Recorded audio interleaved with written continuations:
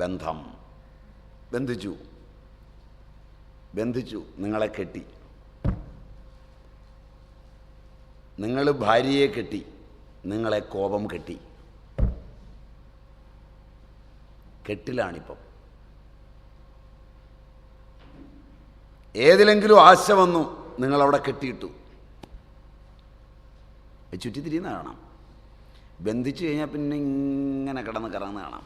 ചക്കിന് കെട്ടിയ കാള പോലാണ്. പിന്നെ അതിന് ചുറ്റും കറങ്ങാനല്ലാതെ അങ്ങോട്ടും ഇങ്ങോട്ടും മാറാൻ പറ്റില്ല. ആചാര്യന്മാർ നല്ല 2 ഉപമകളാണ് പറഞ്ഞിരിക്കുന്നത്. ചക്കിന് കെട്ടിയ കാള, ഭാരമുണ്ട്, മനസ്സിലായില്ല, അതിന് ചുറ്റും മാത്രമേ കറങ്ങാൻ പറ്റുള്ളൂ. ആ പാത്വേയിൽ മാത്രം. ഇവിടെ എങ്ങോട്ടും ഓടിപ്പോകാൻ പറ്റില്ല. ബന്ധിച്ചാൽ പിന്നെ ചക്കിന് കെട്ടിയ കാള പോലാണ്. ഒരു കാര്യവും നടക്കുകയില്ല. വളരെ എളുപ്പമല്ലേ. വേറൊരുത്തൻ്റെ പോക്കറ്റിൽ 1000 രൂപ കണ്ടു കഴിഞ്ഞാൽ അവന് ചുറ്റും ഇങ്ങനെ കറങ്ങിക്കൊണ്ടിരിക്കുകയാണ്. ഇനി അവനത് വേറെ ആർക്കെങ്കിലും കൊടുത്തു കഴിഞ്ഞാലേ നമ്മൾ തിരിച്ചു പോരുള്ളൂ. അങ്ങനെയാണ്. വളരെ റൈറ്റായിട്ട് അതിന് ചുറ്റും ഇങ്ങനെ കറങ്ങിക്കൊണ്ടിരിക്കും. അത് ഈ പ്രൗഢം ഫണ്ട് കിട്ടാറാകുമ്പോൾ മക്കൾ ചിലരെത്തും. കണ്ടിട്ടില്ല? ഈ ഗ്രാറ്റുവിറ്റിയും പ്രൗഢം ഫണ്ടും ഒക്കെ വരുമ്പോഴത്തേക്കാണ് ചിലർ വരും. അത് തേടി പിടിച്ച് വരും. നിന്നെ കിട്ടാറായി. കിട്ടിയോന്ന് ചോദിക്കുകയൊന്നുമില്ല. അതൊക്കെ ചുറ്റിയുണ്ടാവും. ഇത് കഴിഞ്ഞ് കുറേ ദിവസം കഴിഞ്ഞ് പതുക്കെ നേരിട്ട് ചോദിക്കാതെ ഭാര്യയോടോ മക്കളോടോ വേറെ ആരോടെങ്കിലും ചോദിക്കും, പ്രൗഢം ഫണ്ടൊക്കെ മേടിച്ചോ? അത് എന്നേ മേടിച്ചു. അത് മേടിച്ച മാത്രമേ തന്നെ HDFCക്കാർ കൊണ്ടുപോയി. അവരുടെ പുതിയൊരു പരിപാടിയുണ്ട്, 3 കൊല്ലം കൊണ്ട് ഇരട്ടിയാകുന്നത്. അതിനായിട്ട് അവരടിച്ചുകൊണ്ട് പോയി. അയ്യോ, അതിൽ കൊണ്ട് കിട്ടോ? ഞാൻ അതിനല്ലേ ഈ കറങ്ങിക്കൊണ്ടിരുന്നത്. പിറ്റേ ദിവസം രാവിലെ എഴുന്നേറ്റു, കുളിക്കാതെ സഞ്ചിയൊക്കെ എടുത്തു. നീ പോവുകയാണോ? പിന്നല്ലാതെ ഞാൻ നിൽക്കുക. ഇപ്പം പഴയ സ്നേഹത്തിലല്ല വർത്തമാനം. എടാ കാപ്പി കുടിച്ചിട്ടോ? കാപ്പിയും വേണ്ട, മണ്ണാങ്കട്ടയും വേണ്ട. മനുഷ്യനെ ഒരുമാതിരി കളിപ്പിക്കുക. നിന്നെ ആരാടാ കളിപ്പിച്ചേ? ഞാൻ വന്നിട്ട് എത്ര ദിവസമായി? അല്ല, നീ വന്നിട്ട് എന്താ കുഴപ്പം പറ്റിയ? നീ കാപ്പി കുടിച്ചില്ലേ? ഇവിടെ ജീവിച്ചില്ലേ? ഒന്നും എന്നെക്കൊണ്ട് പറയിപ്പിക്കണ്ട, ഞാൻ ഒന്നും പറയുന്നില്ല കേട്ടോ. ഇവനെന്തോ പറ്റിയത്? അതൊക്കെ പിന്നെ പറയാം. കണ്ണുകൊണ്ട് കാണിക്കും. അവരും ബന്ധിച്ചിരിക്കുകയാണ്. കാരണവർ ചോദിച്ചു, എന്താ ഇവന് പറ്റിയത്? ഇവനിങ്ങനെ അല്ലായിരുന്നല്ലോ.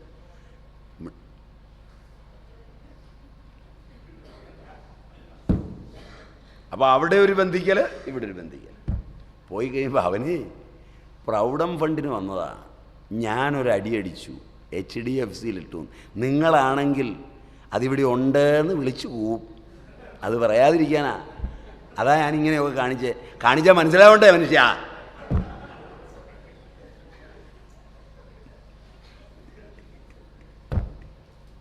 ഇപ്പം മനസ്സിലായില്ലേ ഞങ്ങൾ ഈ പണിക്ക് പോകാത്തത് എന്തുകൊണ്ടാണ്? അപ്പം മോദിക്കുകയോ കോപിക്കുകയോ ഇതൊക്കെ ചെയ്യുമ്പോൾ ഈ ബന്ധമുണ്ട്. അത് മാറി നോക്കിയാൽ കാണാം, ഈ ബന്ധമാണ് കോപം. ഏത് കോപം വരുമ്പോഴും എന്തിനാ ഞാൻ കോപിച്ചേ? അതിൻ്റെ പിന്നിലൊരു ബന്ധമുണ്ട്. ഏതാഗ്രഹത്തിന് പിന്നിലും ഒരു ബന്ധമുണ്ട്. ഏത് സന്തോഷത്തിന് പിന്നിലും ഒരു ബന്ധമുണ്ട്.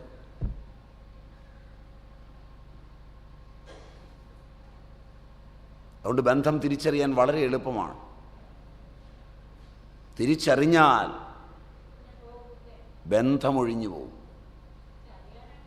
തിരിച്ചറിഞ്ഞാൽ പിന്നെ എന്തു ബന്ധം? അറിയാതെയാ ബന്ധിക്കുന്നത്. അത് വളരെ അറിയാതെയാ ബന്ധിക്കുന്നത്. ബന്ധിക്കുന്നത് വളരെ പെട്ടെന്നാണ്. ആദ്യം പറയും നമുക്കൊരു ചായ കുടിക്കാം. ചായ കുടിക്കാൻ കയറി മേശയുടെ അപ്പുറത്തും ഇപ്പുറത്തും ഇരിക്കും. ആ ചായ കുടിച്ചുകൊണ്ടിരിക്കുമ്പോൾ അറിയാതെ കാലൊന്ന് മുട്ടും. മുട്ടി കുഴപ്പമില്ലെന്ന് തോന്നി ആ കാലവിടെ വയ്ക്കും. പിന്നെ ബന്ധിക്കും. പിന്നെ ഇതെവിടം വരെ എത്തുമെന്ന് നിങ്ങളൊരു നോവൽ എഴുതിയാൽ മതി, ഞാൻ എഴുതുന്നില്ല. ഇത്രയേ ഉള്ളൂ ബന്ധം. ഇതൊക്കെ സർവ്വസാധാരണം. പിന്നെ സ്വാമി അർത്ഥവിരാമത്തിൽ നിർത്തും. അത്രയേ ഉള്ളൂ, കളി അത്രയേ ഉള്ളൂ, വളരെ സിമ്പിൾ. രാവിലെ എഴുന്നേറ്റ് പാല് മേടിക്കാൻ സൈക്കിളിൽ പോയതാണ്. പാല് മേടിച്ചുകൊണ്ടിരുമ്പം കോളേജിലേക്ക് പോകുന്ന ഒരു കുട്ടിയാണ് കൊണ്ടുവന്ന് നേരെ ഇടിച്ചു. കാരണം വെച്ചാൽ ഈ കുട്ടിയെ നോക്കിക്കൊണ്ട് ഓടിച്ചു. സൈക്കിൾ ഓടിക്കുമ്പോൾ ഒരു കുഴപ്പമുണ്ടെന്ന് ആദ്യം അറിയില്ല. സൈക്കിളിനൊരു ബന്ധമുണ്ട്, നോക്കുന്നിടത്തേക്കേ അത് പോവുള്ളൂ. ആദ്യമായിട്ട് കയറിയതാണ്, മനസ്സിലായി? ഇതൊന്നും അറിയില്ല, സൈക്കിൾ ഓടിച്ചിട്ടില്ല. നമ്മൾ ഒരു വിവരവും ഇല്ലാത്ത പാർട്ടികൾ. അപ്പോൾ കൊണ്ടുപോയി ഇടി കൊടുത്തു. ഇടിച്ച് രണ്ടും കൂടെ വീണു. നാട്ടുകാർ വന്ന് പിടിച്ചപ്പം നമ്മുടെ ശങ്കരൻകുട്ടിച്ചേട്ടൻ്റെ മോനാണ്. അടി കൊടുക്കാൻ മേല. കുട്ടിയാണെങ്കിൽ മുണ്ടുമൊക്കെ കയറി വീണ് കിടക്കുക. എന്നെ പിടിച്ച് എഴുന്നേൽപ്പിച്ചു. അപ്പം മറ്റുള്ളവർ വന്ന് സൈക്കിളും പിടിച്ച് വെച്ച് ഇവനെ അടിക്കുന്നതിന് മുമ്പ് ആദ്യം തന്നെ ഒരു അടിയങ്ങ് വെച്ചു കൊടുത്തു. വേദനയില്ലാത്തൊരടി. കൊണ്ടുപോടാന്ന് ചൂടായിട്ട് ഓടിച്ചു. കുട്ടി പറഞ്ഞു എനിക്കൊന്നും പറ്റിയില്ല, കുഴപ്പമില്ല എന്ന് പറഞ്ഞു. അങ്ങനെയാണോ? അവൻ കുറച്ച് നിലത്ത് നോക്കി നടക്കണ്ടേ? ഇതൊക്കെ ഇപ്പുറത്തെ സൈഡിൽ നിന്നുകൊണ്ടാണ് പറയുന്നത്. പറയുമ്പോഴൊക്കെ അവൻ്റെ സൈഡിലാണ്. സംഗതിയൊക്കെ കഴിഞ്ഞു. അവൻ പോയി, കുട്ടിയും പോയി. അടുത്ത ദിവസം പാല് മേടിച്ചുകൊണ്ടിരുമ്പം കുട്ടി സമയത്ത് തന്നെയാണ് വന്നത്. ഒന്ന് നോക്കി. അടുത്ത ദിവസം ഒന്ന് ചിരിച്ചു. അടുത്ത ദിവസം ഒരു വർത്തമാനം പറയണമെന്ന് തോന്നി. പറയാവോ എന്നൊരു ശങ്ക. പറഞ്ഞില്ലെങ്കിൽ മോശം. ഇപ്പോൾ പോയിരുന്ന് പതുക്കെ ആലോചിച്ചു. അടുത്ത ദിവസം കൊടുക്കാനൊരു എഴുത്തെഴുതി. ഇനിയിപ്പോൾ ആദിയായി. മധ്യത്തിലെത്തി. പെണ്ണ് അസുരഗണം, ചെറുക്കൻ മനുഷ്യഗണം, മനുഷ്യാസുരരണം. വീട്ടുകാർ സമ്മതിക്കില്ല. ഇല്ലെങ്കിൽ പെണ്ണിൻ്റെ തന്ത കട്ടപ്പന ജോലി ചെയ്യുമ്പോൾ അതിൻ്റെ അടുത്തായിരുന്നു നമ്മളും. അന്ന് ഇവൻ്റെ അച്ഛൻ പട്ടാളത്തിലായിരുന്നു. അപ്പോൾ ഉള്ളതാണ് ഈഡിപ്പസ് കോംപ്ലക്സ്. ഇങ്ങനെ എങ്ങോട്ടും ഈ മദ്യം കൊണ്ടെത്താം. ഇനി ഇതിനൊരു അന്ത്യം വേണം. ഒളിച്ചോടാം, ആത്മഹത്യ ചെയ്യാം. ഇത്രയേ ഉള്ളൂ എല്ലാ നോവലും. മനസ്സിലായില്ല? ഇതിന് കഥാപാത്രത്തിൻ്റെ പേര് കൃഷ്ണൻ എന്നുള്ളത് മാറ്റി രാമൻ എന്നിടുക. ചുറ്റുവട്ടങ്ങളൊക്കെ മാറ്റുക. അതിലെ വില്ലന്മാരെ ഈ ഈഡിപ്പസിനെ കൊണ്ടുവരിക, അല്ലെങ്കിൽ ജ്യോതിഷിയെ കൊണ്ടുവരിക, അല്ലെങ്കിൽ ഇവക്കൊരു മുറച്ചെറുക്കനെ കൊണ്ടുവരിക, അല്ലെങ്കിൽ ഇവനൊരു മുറപ്പെണ്ണിനെ കൊണ്ടുവരിക. ഇതൊക്കെ പിന്നെ നിങ്ങൾ സൗകര്യം പോലെ ചെയ്തോളുക. ആകെ എല്ലാം കൂടെ തേച്ച് മിനിക്കിയാൽ ഇത്ര ലക്ഷം രൂപയ്ക്ക് എഴുതി വെച്ചിരിക്കുന്ന നിങ്ങളുടെ ലൈബ്രറികളിലെ എല്ലാ പുസ്തകവും കൂടി ഇത്രയേ ഉള്ളൂ സാധനം. Nothing new. മനസ്സിലായില്ല? ഇത് മുഴുവൻ എവിടെ ഉൽപ്പന്നമാകുന്നു? നിങ്ങളുടെ ബോധതലത്തിൽ. ഞാൻ ചുമ്മാതെയല്ല പറഞ്ഞ സാഹിത്യവും കലയും ശാസ്ത്രവുമെല്ലാം ആകെപ്പിടി പോന്ന കിഞ്ചിജ്ഞൻ്റെ അന്തരംഗത്തിനകത്ത്, ബോധത്തിനകത്ത് അല്പമാത്രമായി മാത്രമേ വിളങ്ങുന്നുള്ളൂ. അതിൻ്റെ ബന്ധതലങ്ങൾ ഒന്നഴിച്ചപഗ്രഥിച്ചാൽ ഇതൊന്നും വായിക്കാൻ തോന്നില്ല. ഇതെല്ലാം നിങ്ങളിലുണ്ടായി മറയുന്ന ദൃശ്യങ്ങളായി നിങ്ങൾക്ക് ബോധ്യമാകുമ്പോൾ, തൻ്റെ ബോധസീമയുടെ തലങ്ങൾ എല്ലാ അതിർത്തികളെയും ഭേദിച്ച് വലുതാകുമ്പോൾ ലോകം ചുരുങ്ങുകയും നിങ്ങൾ വികസിക്കുകയും ചെയ്യും. അല്ലാത്തതെല്ലാം ബന്ധം. ക്ലിയർ? ക്ലിയർ? വൈദിക സാഹിത്യത്തിലും ഈ തന്ത്രങ്ങളൊക്കെ കുറേയുണ്ട്, ഇല്ലെന്ന് പറയാൻ വയ്യ. കാരണം അവിടുത്തെ കഥകളിൽ ഇതുണ്ട്. അതിനപ്പുറത്ത് ആ കഥകൾ വെച്ചുള്ള ദർശനമുണ്ട്. അത് ഈ കഥ പൂർവപക്ഷമായ ദർശനം പഠിപ്പിക്കാനാണ് എന്നുള്ളത് മെച്ചം. മറിച്ച് ആധുനിക സാഹിത്യം ഇതിൽ നിങ്ങളെ രസിപ്പിക്കാനാണ്, ദർശനം പഠിപ്പിക്കാനല്ല. ഒരിക്കലും നിങ്ങൾ ആധുനിക സാഹിത്യം വായിച്ച് ഈ ദർശനത്തിലെത്തുന്നില്ല. നേരെ മറിച്ച് അഷ്ടാവക്രഗീതയും വൈദിക സാഹിത്യവും വായിച്ച് ഈ ദർശനത്തിലെത്തുന്നു. അതുകൊണ്ട് ഇതിൻ്റെ പൂർവപക്ഷമാണ് കഥ. മനസ്സിലായില്ല? ആ കഥ ഇത് തന്നെയാണ്, സംശയമില്ല. അതിലെ കഥയെല്ലാം ഇത് തന്നെയാണ്, മനസ്സിലുണ്ടായി മറയുന്ന കഥ. പക്ഷെ കഥയിലൂടെ നിങ്ങളെ എത്തിക്കുന്നത് കാഥികനിലാണ്. ആ നിലയിലത് മെച്ചോ. പക്ഷെ മറ്റേ കഥയിൽ ഒരിക്കലും നിങ്ങൾ കാഥികനാകുന്നില്ല. കഥയ്ക്കകത്ത് കഥാപാത്രമായി മുങ്ങിത്താഴുന്നു. മനസ്സിലായില്ല? ചോദ്യം ക്ലിയറായി? കഥ എവിടെയായാലും ഇത് തന്നെയാണ്. അതിന് വൈദികമെന്നോ അവൈദികമെന്നോ ആധുനികമെന്നോ പൗരാണികമെന്നോ ഒരു ഭേദവുമില്ല. കഥ എന്ന് പറയുന്നതെല്ലാം ഇതാണ്. പക്ഷെ വൈദിക സാഹിത്യം ഈ കഥയെ വെച്ച് വലിയൊരു ലോകമപ്പുറത്ത് സിദ്ധാന്തമായി നമുക്ക് തന്നിട്ടുണ്ട്. ആധുനിക സാഹിത്യകാരൻ ആ സിദ്ധാന്തത്തെ തന്നിട്ടില്ല എന്നല്ല, അവന് പോലും ഇതറിയില്ല. അതാണ് അതിൻ്റെ രണ്ടും തമ്മിലുള്ള അന്തരം. അതാണ് അതറിയുമ്പോൾ അവനും അറിയാതെ ഞെട്ടും. അങ്ങനെ ഞെട്ടിയിട്ടുണ്ട് കവികൾ. വയലാർ ഞെട്ടിയിട്ടുണ്ട് സർഗസംഗീതത്തിൽ. അവരൊക്കെ നാരായണ ഗുരുവിനോടൊക്കെ അടുപ്പം കൊണ്ട് അവരുടെ സാഹിത്യത്തിനൊക്കെ കുറേ കൂടെ നല്ല മൂല്യമുണ്ടായിരുന്നു. വയലാർ ഒരിക്കൽ ഞെട്ടിയിട്ടുണ്ട്. അഗ്നിപൂജയിൽ അയ്യപ്പ പണിക്കരും അല്പമൊന്ന് ഞെട്ടിയിട്ടുണ്ട്. പഞ്ചേന്ദ്രിയങ്ങൾ അറുത്തു ഹോമിച്ചതാം വഞ്ചിത ജ്വാലതൻ ഗ്രീഷ്മാന്തരത്തിലും നന്മയും തിന്മയും ഒന്നായറിയുന്ന മഞ്ഞുകാലത്തിലും വൻതമം ചെയ്ത് അമരത്വം ലഭിക്കുന്ന സഞ്ചിത പുണ്യ പരിഭാഗം അഗ്നി നീ. ഇങ്ങനെയുള്ളവർ അങ്ങനെ എത്തിയിട്ടുണ്ട്. ആധുനികർ ചിലപ്പോഴൊക്കെ അങ്ങനെ എത്തിയിട്ടുണ്ട്. രാധയുടെ ദുഃഖത്തിൽ, രാത്രി മഴയിൽ സുഗതകുമാരിയും ഒന്ന് എത്തി നോക്കിയിട്ടുണ്ട് മതിലിന് പൊക്കത്തിലൂടെ. ഇത്രയേ ഉള്ളൂ. മതിലിന് പൊക്കത്തിലൂടെ ഒന്ന് എത്തി നോക്കിയിട്ടുണ്ട്, തല കാണാൻ മാത്രം. സർഗസംഗീതത്തിൽ വയലാർ നന്നായി എത്തി നോക്കിയിട്ടുണ്ട്. ആരണ്യന്തരഗഹുവരോദരതപ സ്ഥാനങ്ങളിൽ സൈന്ധവോദാര ശ്യാമ മനോഭിരാമ പുളിനോബന്ധ പ്രദേശങ്ങളിൽ ആരന്തർമുഖം ഈ പ്രപഞ്ച പരിണാമോത്ഭിന്ന സർഗക്രിയാ സാരം തേടി അലഞ്ഞു പണ്ട് അവരിലെ ചൈതന്യമൻ ദർശനം. ആ മൺമത്തകളാറ്റുനോറ്റ മധുര സ്വപ്നങ്ങളിൽ ജീവിത പ്രേമം പാടിയ സാമഗാന ലഹരി ഹർഷാഞ്ചിത ആത്മാക്കളായി ആ മന്വന്തര ഭാവശില്പികൾ എനിക്കെന്നേക്കുമായി തന്നതാണോമൽ കാർത്തിക നെയ്വിളക്കരിയുമീ ഏകാന്തയാകാശ്രമം. നാദം ശൂന്യതയിങ്കലാദ്യം അമൃതം വർഷിച്ച നാളിൽ ഓമിത്യേതദക്ഷരമിതം സർവം തസ്യോപവ്യാഖ്യാനം ഭൂതം ഭവത് ഭവിഷ്യതിഥി സർവമോങ്കാരേവ യചാന്യത്രികാലാതീതം തദപ്യോങ്കാരേവ.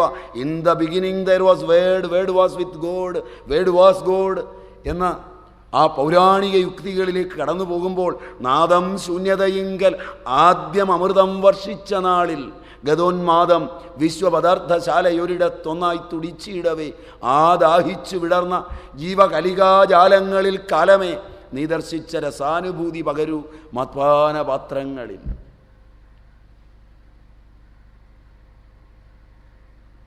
വയലാർ അങ്ങോട്ടൊക്കെ പോയിട്ടുണ്ട്, ഇല്ലെന്ന് പറയാൻ മേല. അത്രേ ആക്കി തോന്നും ചിലയിടത്തൊക്കെ. ഇവരുടെയൊക്കെ കവിതയിൽ അവിടെ ഇവിടെയൊക്കെ ചില ദർശനങ്ങളുണ്ട്. ശങ്കരകുറുപ്പിൻ്റെ ഉണ്ട്.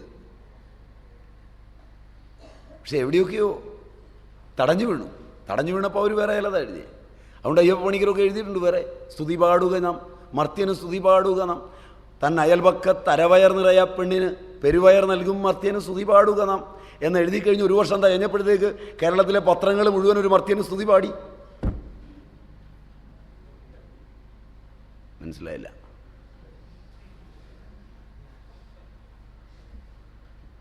അതുകൊണ്ട് കവിതയുടെ അന്തരാത്മാവ് കണ്ടെത്തുവാൻ പ്രാചീനൻ്റെ ഗതീയതയും ആധുനികൻ്റെ ഗതാനുഗതികത്വവും തമ്മിലൊരു അന്തരമുണ്ട്. പാകെ ഇതെല്ലാം കൂടെ ആലോചിച്ചാൽ അല്പേ ഉള്ളൂ. ഇപ്പം ബന്ധം മുഴുവൻ, സമസ്ത ബന്ധങ്ങളും ഈ ഭാവങ്ങളിൽ നിന്ന് കാണാം. അപ്പോൾ ഇനി മുക്തി എന്താണ്? ബന്ധം ഇതാണ്. ജീവിതം മുഴുവൻ ഇങ്ങനെ ബന്ധം ആവിർഭവിച്ചുകൊണ്ടായിരിക്കുന്നത്. അതിനകത്ത് നിന്നുകൊണ്ട് നമ്മളിത് പഠിക്കണം. ഇപ്പോൾ വീട്ടിൽ പോയിട്ട് ഓരോ ശോകം വരുമ്പോഴും, ഓരോ ഹർഷം വരുമ്പോഴും, ഓരോ കോപം വരുമ്പോഴും ഒരു നിമിഷവും നിർത്തിയിട്ട് അഷ്ടാവക്ര വിദ്യ പഠിച്ച നിലയ്ക്ക് അവിടെ ചെല്ലുമ്പോൾ എങ്ങനെയാണ് സ്വാമി വരാതിരിക്കുന്നത്? ചിലത് കാണുമ്പോൾ അങ്ങ് വന്നു പോകും, അറിയാതെ വരികയില്ല, അറിവിലാ വരുന്നത്. അപ്പോൾ അത് വരുമ്പോൾ ഒന്ന് നിർത്തിയിട്ട് മാറി നിന്ന് തന്നെയും അവരെയും എല്ലാം ചേർത്ത് വെച്ച് എന്താണ് കോപിച്ചത്, എന്താണ് സന്തോഷിപ്പിച്ചത്, എന്താണ് ദുഃഖിപ്പിച്ചത്? അപ്പോൾ നമുക്കറിയാം ബന്ധമാണ്, വസ്തുവല്ല. വസ്തു ദുഃഖിപ്പിക്കുന്നില്ല. മാറഡോണ ഹാൻഡ്ബോൾ കളിച്ച് ഗോളടിച്ചാലും സന്തോഷിപ്പിക്കും ലോകത്തെ. മനസ്സിലായില്ല? അത് കളിയിൽ പറഞ്ഞിട്ടുള്ളതല്ല.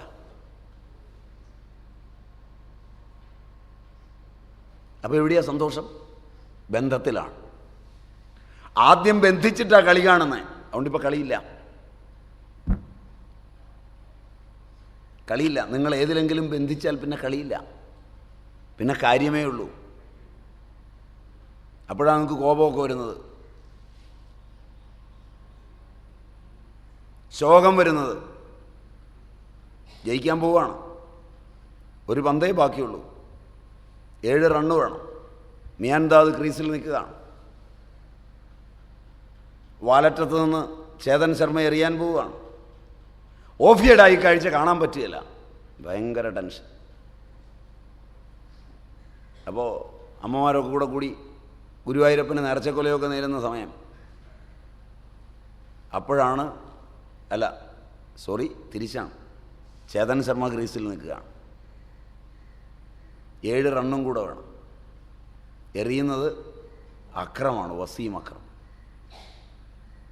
അപ്പോഴാണ് ഇന്ത്യയുടെ തോൽവി സുനിശ്ചിതമാണ്. കാരണം 7 റൺ എന്തായാലും വേണം, ഒരു പന്തിൽ നിന്ന് കിട്ടുന്ന പ്രശ്നമില്ല. അപ്പോഴാണ് ആദ്യത്തെ ബോള് വൈഡ്, ഒരെണ്ണം കിട്ടി. അടുത്തത് 6. അപ്പോൾ ആ ഒരു മൊമെൻറ്റിൽ കളി കണ്ടുകൊണ്ടിരിക്കുന്ന ഇന്ത്യക്കാരുടെ മുഴുവൻ ഹൃദയസ്പന്ദനം നോക്കിയാൽ ബന്ധം കൊണ്ടത് രോഗത്തെ വിളിച്ചു വരുത്തുകയാണ്. കണ്ടുകൊണ്ടിരിക്കുന്നതിൽ എത്ര പേർക്ക് ബ്ലോക്ക് ഉണ്ടായി കാണും? എത്ര പേരുടെ മസ്തിഷ്ക പര്യങ്കാധര ദേശം ഹൈപ്പോത്തലാമസ് തപിച്ചപ്പോഴേക്ക് കിഡ്നി പോയി കാണും?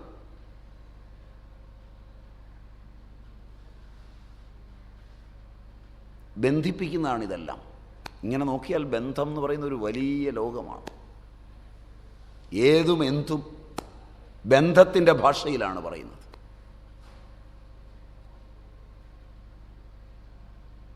ഭാരതീയർ ഇതിൽ നിന്ന് മുക്തരായിരുന്നത് ഈ ജ്ഞാനം കൊണ്ടാണ്. അതിൽ നിന്ന് വെളിയിൽ നിന്ന് കളിക്കുക. ഇനി നോക്കാം മുക്തി. ബന്ധം ഏതാണ്ട് മതിയാവും തോന്നുന്നു. ഒരുമാതിരി മനസ്സിലായിട്ടുണ്ട്. തഥാ മുക്തിർ യഥാ ചിത്തം ന വാഞ്ചതി ന ശോചതി ന മുഞ്ചതി ന ഗൃണ്ണാതി ന ഹൃഷ്യതി ന ഗുപ്യതി. തഥാ മുക്തിർ യഥാ ചിത്തം ന വാഞ്ചതി ന ശോചതി ന മുഞ്ചതി ന ഗൃണ്ണാതി ന ഹൃഷ്യതി ന ഗുപ്യതി. നേരെ ഓപ്പോസിറ്റ്. വിശദീകരണമൊന്നും ഇല്ലാതെ മനസ്സിലാകുന്ന വിധത്തിൽ മുമ്പ് എന്തെല്ലാം പറഞ്ഞോ അതൊന്നും ഇല്ലാതിരിക്കുക. യഥാ എപ്പോൾ ചിത്തം മനസ്സ് ന വാഞ്ചതി ആഗ്രഹിക്കുന്നില്ലയോ, ന ശോചതി ദുഃഖിക്കുന്നില്ലയോ, ന മുഞ്ചതി ഉപേക്ഷിക്കുന്നില്ലയോ, ന ഗൃണ്ണാതി സ്വീകരിക്കുന്നില്ലയോ, ന ഹൃഷ്യതി സന്തോഷിക്കുന്നില്ലയോ, ന കുപ്യതി കോപിക്കുന്നില്ലയോ, തഥാ അപ്പോൾ മുക്തിയുണ്ടാകുന്നു. വളരെ എളുപ്പമാണ്. ഇത്രയും ചെയ്താൽ മതി. ഒന്നും ആശിക്കാതെ, ഒട്ടും ദുഃഖിക്കാതെ, ഒന്നും വിടാതെ, ഒന്നും എടുക്കാതെ, ഒന്നും മോദിക്കാതെ, ഒന്നിലും കോപിക്കാതെ ഇരുന്നാൽ അത് മുക്തിയായി.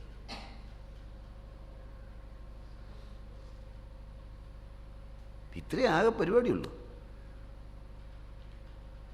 അങ്ങനെയാണെങ്കിൽ വീണ്ടും നോക്കാം. 3, മറ്റതിന് എക്സ്പ്ലനേഷൻ വേണ്ടെന്നാണ് എനിക്ക് തോന്നുന്നത്. മറ്റത് എക്സ്പ്ലെയിൻ ചെയ്താൽ വികലമാണ്. കാരണം മറ്റതിൽ പറയാവുന്നതിൻ്റെ മാക്സിമം ബന്ധമൊക്കെ നമുക്ക് എക്സ്പ്ലെയിൻ ചെയ്യാം. മുക്തി എക്സ്പ്ലെയിൻ ചെയ്യേണ്ട കാര്യമില്ല. ഇതൊന്നും ഇല്ലാതിരുന്നാൽ മുക്തിയായി. സോ സമം, പൂർണ്ണത.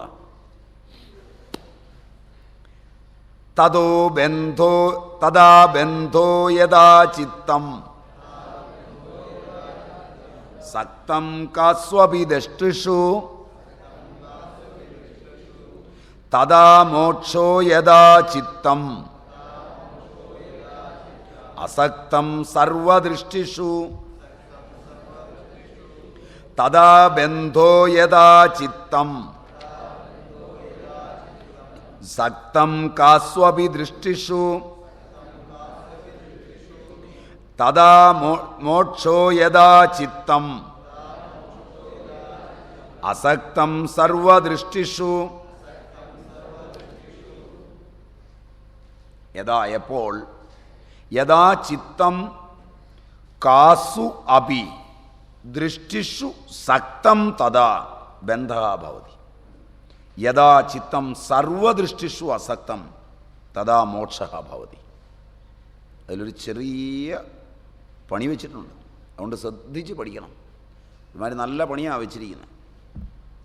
എപ്പോൾ മനസ്സ് ഏതെങ്കിലും ഒരു ഇന്ദ്രിയ അനുഭവത്തിൽ സക്തമാകുന്നു, ഒറ്റ ഇന്ദ്രിയത്തിൻ്റെ അനുഭവം മതി, ഒരു ഇന്ദ്രിയം മതി ബന്ധിക്കാൻ, ഒരുപാടൊന്നും വേണ്ട.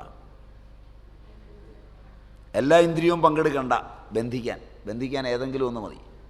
ശബ്ദം, സ്പർശം, രൂപം, രസം, ഗന്ധം, ഇതിലേതെങ്കിലും ഒന്നിൽ ഒരു ഇന്ദ്രിയം ഉടക്കി നിന്നാൽ മതി, നമ്മൾ ബന്ധിച്ചു. ബന്ധിക്കുന്നത് വളരെ പെട്ടെന്ന്, ഒറ്റ ഇന്ദ്രിയം മതി, എല്ലാ ഇന്ദ്രിയവും കൂടെ ഒന്നും വേണ്ട. എപ്പോഴാണോ മനസ്സ് ഏതെങ്കിലും ഒരു ഇന്ദ്രിയാനുഭവത്തിൽ ശക്തമാകുന്നത് അപ്പോൾ ബന്ധമുണ്ടാകും. ഭഗവത്ഗീതയിൽ ഒരു ശ്ലോകമുണ്ട്, ഈ പിടിച്ചു വലിച്ചുകൊണ്ട് പോകുന്നത് സഭയിൽ നിന്ന്, പ്രകടമായ സഭയിൽ നിന്ന് പിടിച്ചുകൊണ്ട് പോകുന്നുണ്ട്. പ്രസഭം മന ഹരന്തി പ്രസഭം മന. അതുപോലെ തന്നെ ഒന്നുണ്ട്, ഇന്ദ്രിയാണാം ഹി ചരതാം യന്മനോനു വിധീയതേ. ആ ശ്ലോകം അത് തന്നെയാണിത്. ഇന്ദ്രിയാണാം ഹി ചരതാം, ചര് ഭക്ഷണയോ. മനുഷ്യൻ കഴിക്കുന്നതിന് ചരധാതു പറയില്ല. ചരധാതുവിന് ഭക്ഷണയോ എന്നൊരർത്ഥമുണ്ട്. ഇന്ദ്രിയാണാം ഹി ചരതാം യന്മനോനു വിധീയതേ തദസ്യ ഹരതി പ്രജ്ഞാം വായുർ നാവമിവംഭസി. അതുകൊണ്ട് അവിടെ ചര ഭക്ഷണയോ എന്ന് കൊടുത്തത് ഇന്ദ്രിയങ്ങളുടെ കാര്യത്തിലാണ്. ഇന്ദ്രിയങ്ങൾ പശുക്കളെ പോലെയാണ്. സർവാൻ അവിശേഷേണ പശ്യതി ഇതി പശു. വിശേഷബുദ്ധിയില്ലാതെ നോക്കുന്ന ഇന്ദ്രിയം. സർവാൻ അവിശേഷേണ പശ്യതി ഇതി പശു. ഇന്ദ്രിയത്തിനൊരു മര്യാദയില്ല. കാളിദാസൻ പറയുന്നുണ്ട്, സത്തുക്കളുടെ കാര്യത്തിൽ ഇതിന് വ്യത്യാസമുണ്ടെന്ന്. സത്തായവൻ അല്ലെങ്കിൽ ഇതിൽ പെട്ടുപോകും. യാതൊരു മര്യാദയും ഇല്ലാത്തതാ പശു. അതാണ് അവിശേഷേണ പശ്യതി ഇതി പശു. വിശേഷം വാ പശ്യതി വിപശ്ചിത് വിവേകി. വിശിഷ്ടം വാ പശ്യത് വിപശ്ചിത് വിവേകി. വിവേകിയുടെ നോട്ടത്തിന് പ്രത്യേകതയുണ്ട്. ഇന്ദ്രിയങ്ങൾ അവിവേകമായിരിക്കുമ്പോൾ ഒരു മര്യാദയില്ലാത്തതാണ്. അതുകൊണ്ട് ഇന്ദ്രിയങ്ങളെ വശത്താക്കുക എന്ന് പറയുന്നത് പണിയാണ്, അത്ര എളുപ്പമല്ല. നായാട്ടിന് പോയ ദുഷ്യന്തൻ മാനിൻ്റെ പിന്നാലെ പോയി, പിനാകിയെ പോലെ. അപ്പോഴാ പിള്ളേരും എന്ന് പറഞ്ഞത് ആശ്രമമൃഗമാണേ കൊല്ലരുതേ കൊല്ലരുതേ എന്ന്. തിരിച്ചു ചെന്നു. അപ്പോഴാ ശകുന്തളയെ കാണുന്നതൊക്കെ. കാളിദാസൻ്റെ തോന്നലുണ്ടാകുന്നുണ്ട്, രാജന്യൻ അർഹ ഇവൾ നിശ്ചയമല്ലയായിൽ രഞ്ജിക്കയിൽ ഇവളിൽ എൻ്റെ മനം വിനീതം. കാരണം അത് സത്വഗുണമുള്ളതുകൊണ്ട് തോന്നിയതാണ്. രാജന്യൻ അർഹ ഇവൾ നിശ്ചയം അല്ലയായിൽ രഞ്ജിക്കയിൽ ഇവളിൽ എൻ്റെ മനം വിനീതം. മുനികന്യയാണെങ്കിൽ ശാപമൊക്കെ വാങ്ങിച്ചു കൂട്ടണം, മുനികന്യയല്ല. രാജന്യൻ അർഹ ഇവൾ നിശ്ചയമല്ലയായിൽ രഞ്ജിക്കയിൽ ഇവളിൽ എൻ്റെ മനം വിനീതം. മനസ്സിൻ്റെ വിനീതഭാവം കൊണ്ടാണ് ഇന്ദ്രിയം വേണ്ടാത്തടത്ത് നോക്കുകയില്ല എന്ന് ഉറപ്പുവരുത്തുന്നത്. സത്തർക്കു സംശയ നിവാരണയിൽ പ്രമാണം സത്യസ്വരൂപ ഹൃദയ പ്രതിപത്തി അത്രയേ.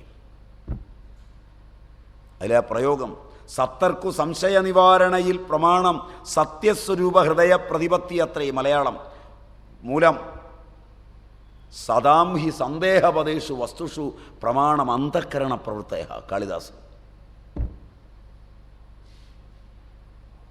പ്രമാണം അന്തഃകരണത്തിൻ്റെയാണ്. എങ്ങനെയാണ് പ്രമാണം കിട്ടുന്നത്? വേദ സ്മൃതി സദാചാര സ്വസ്യജ പ്രിയമാത്മന ഏത ചതുർവിധം പ്രാഹു സാക്ഷാത് ധർമ്മസ്യ ലക്ഷണം. വേദം ധർമ്മമാണ്, സ്മൃതി ധർമ്മമാണ്, സത്തുക്കളുടെ ആചാരം ധർമ്മമാണ്, സജ്ജനങ്ങളുടെ ആചാരം.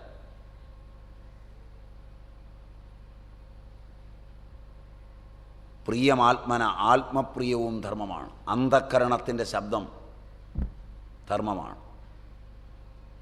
ഇവിടെ അന്ധഃകരണത്തിൻ്റെ ശബ്ദം ഉണ്ടായിരിക്കുന്നു. എൻ്റെ നിശ്ചയമായും എനിക്ക് തെറ്റുപറ്റില്ല എന്ന് പറയുന്ന ഒരു രംഗമുണ്ട്.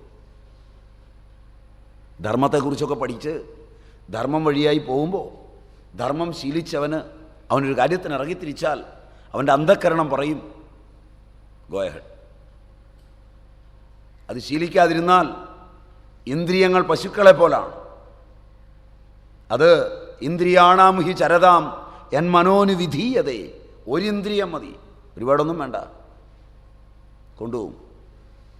അപ്പോൾ ഇവിടെ ഏതെങ്കിലും ഒരു ഇന്ദ്രിയാനുഭവത്തിൽ ഏതെങ്കിലും ഒരു ഇന്ദ്രിയം മതി. ബൈബിൾ പറയും a second look is a sin. ഒന്ന് നോക്കി ഒന്നുകൂടെ നോക്കണം തോന്നിയാൽ ബന്ധമുണ്ട്. ബൈബിൾ അങ്ങനെയാണ് പറയാം. അതെന്താ? പിന്നത്തെ നോട്ടം ഒളിഞ്ഞു നോട്ടമാണ്, അവിടെ പാപമുണ്ട്. ആദ്യത്തെ നോട്ടം കുഴപ്പമില്ല, കണ്ടു, വരവ് വെച്ചു, മതി. ഇനി നോക്കുന്ന നോട്ടം ബന്ധത്തിൻ്റെ നോട്ടമാണ്. അത് കുറേ സന്ദേശങ്ങൾ അയക്കുന്നുണ്ട്. സോ ബിബ്ലിക്കലായിട്ട് അങ്ങനെ പറയും എ സെക്കൻഡ് ലുക്ക്.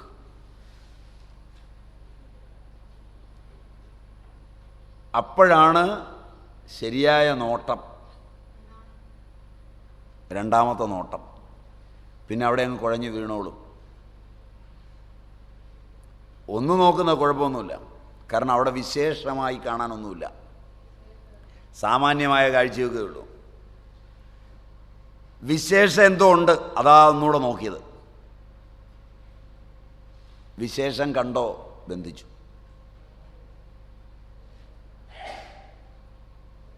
അതുകൊണ്ട് ബന്ധിക്കാതിരിക്കാൻ നോക്കണം. ഏതെങ്കിലും ഒരു ഇന്ദ്രിയാനുഭവത്തിൽ ശക്തമാകുന്നത് ഒരിന്ദ്രിയം മതി. ശബ്ദം, സ്പർശം. കഴിഞ്ഞ ക്ലാസ്സിൽ നമ്മൾ പറഞ്ഞു, കുരങ്ക മാതങ്ക പതങ്ക മീന ഭൃംഗ പുന പഞ്ചഭിരഞ്ജിതക്കിം. ഒറ്റ ഇന്ദ്രിയം മതി ശക്തി വന്നാൽ. അതാണ് ബന്ധം ഉണ്ടാകുന്നു.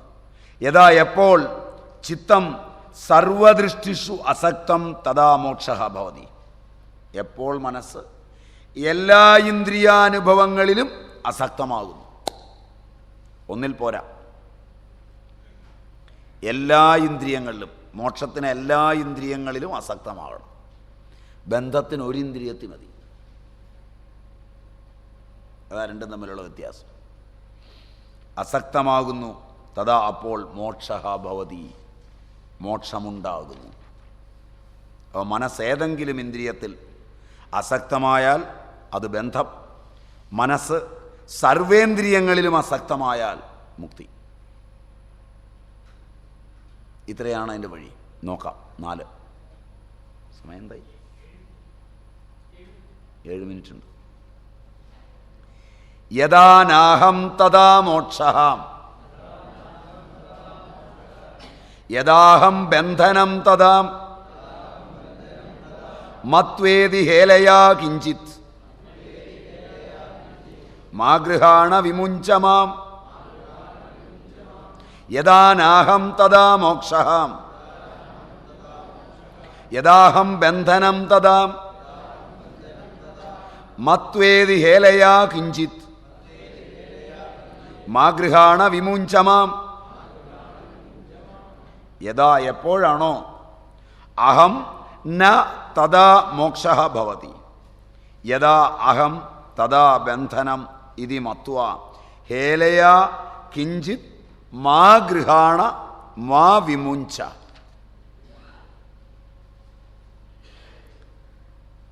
യഥാ എപ്പോഴാണോ അഹം ഞാനെന്ന ഭാവം അഹങ്കാരം ന ഇല്ലാത്തത് തഥാ അപ്പോൾ മോക്ഷഃ ഭവതി മോക്ഷമാകുന്നു.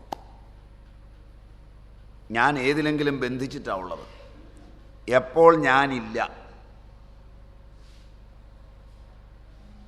അധ്യാപക വൃത്തിയിൽ ബന്ധിക്കുമ്പോൾ ഞാൻ അധ്യാപകൻ, സന്യാസത്തിൽ ബന്ധിക്കുമ്പോൾ ഞാൻ സന്യാസി. ഞാൻ കേവലനായ ആത്മാവാണെങ്കിൽ സന്യാസിയല്ല. ശങ്കരൻ നടന്നു വരികയാണ്.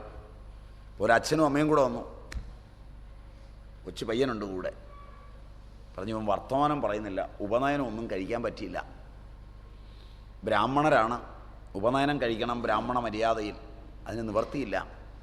അതുകൊണ്ട് ആചാര്യ അങ്ങിവനെ ഒന്ന്. ശങ്കരൻ മെല്ലെ നോക്കി, എന്നിട്ട് ചോദിച്ചു, കുഞ്ഞെ നീ ആരാണ്? പ്രിയം പറയുന്നവനെ നീ ആരാണ്? പറയൂ. നാഹം ദേവ നാഹം ദേവ നാഹം മനുഷ്യ നച ദേവയക്ഷ. ഞാൻ മനുഷ്യനല്ല, ഞാൻ ദേവനല്ല, യക്ഷനല്ല, ഗന്ധർവനല്ല. ഞാൻ ഭിക്ഷുർനജാഹം നിജബോധരൂപ. ഞാൻ ബ്രഹ്മചാരിയല്ല. ന ബ്രഹ്മചാരി ന വനസ്ഥ ന ഗൃഹസ്ഥ ന വനസ്ഥ ഭിക്ഷുർനജാഹം നിജബോധരൂപ. ഞാൻ ബ്രഹ്മചാരിയും ഗൃഹസ്ഥനും വാനപ്രസ്ഥനും സന്യാസിയുമല്ല. ഞാൻ ബ്രാഹ്മണനും ക്ഷത്രിയനും വൈശ്യനും ശൂദ്രനുമല്ല. നിജബോധരൂപ. അച്ഛനും അമ്മയൊക്കെ വല്ലതായിപ്പോയി. കാരണം ഒന്നും മിണ്ടാതെ ഇതുവരെ ഇരുന്ന പയ്യനോട് ശങ്കരൻ, കുഞ്ഞെ നീ ആരാണെന്ന് പറയാമെന്ന് പറഞ്ഞപ്പോൾ അമ്മയും അച്ഛനും വിചാരിച്ചു പൊട്ടനോട് ചോദിക്കുന്ന ശങ്കരനും പൊട്ടനാണോ എന്ന്. കാരണം ഒരു പൊട്ടനോടാണ് ചോദിക്കുന്നത്. ഇതുവരെ വർത്തമാനം പറഞ്ഞിട്ടില്ല.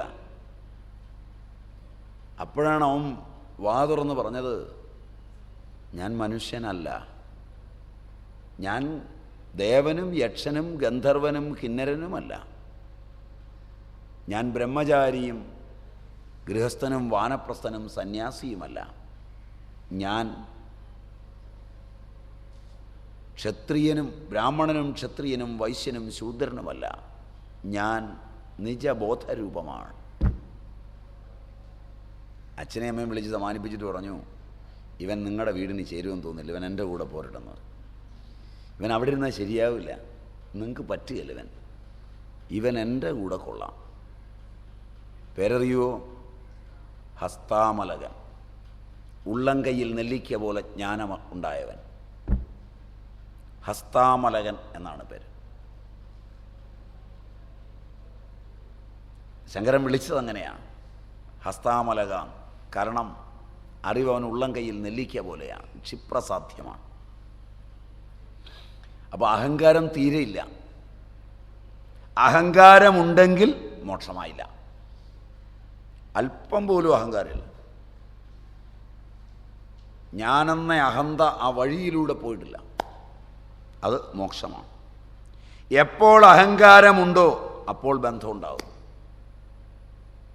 പുരുഷാപരാധരൂപമായ ബന്ധം അഹങ്കാരജന്യമാണ്. അത് നമുക്ക് ഒന്ന് ഓർപ്പിച്ചേക്കണം. അടുത്ത നാളത്തെ രാവിലത്തെ ക്ലാസ്സിൽ അതുകൂടെ ഒന്ന് തീർത്തിട്ട് വേണം മുന്നോട്ട് പോകാൻ. ഇന്ന് 10 മിനിറ്റ് നേരത്തെ വിടുന്നത് ആരൊക്കെയോ അമ്പലത്തിൽ പോകണം എന്ന്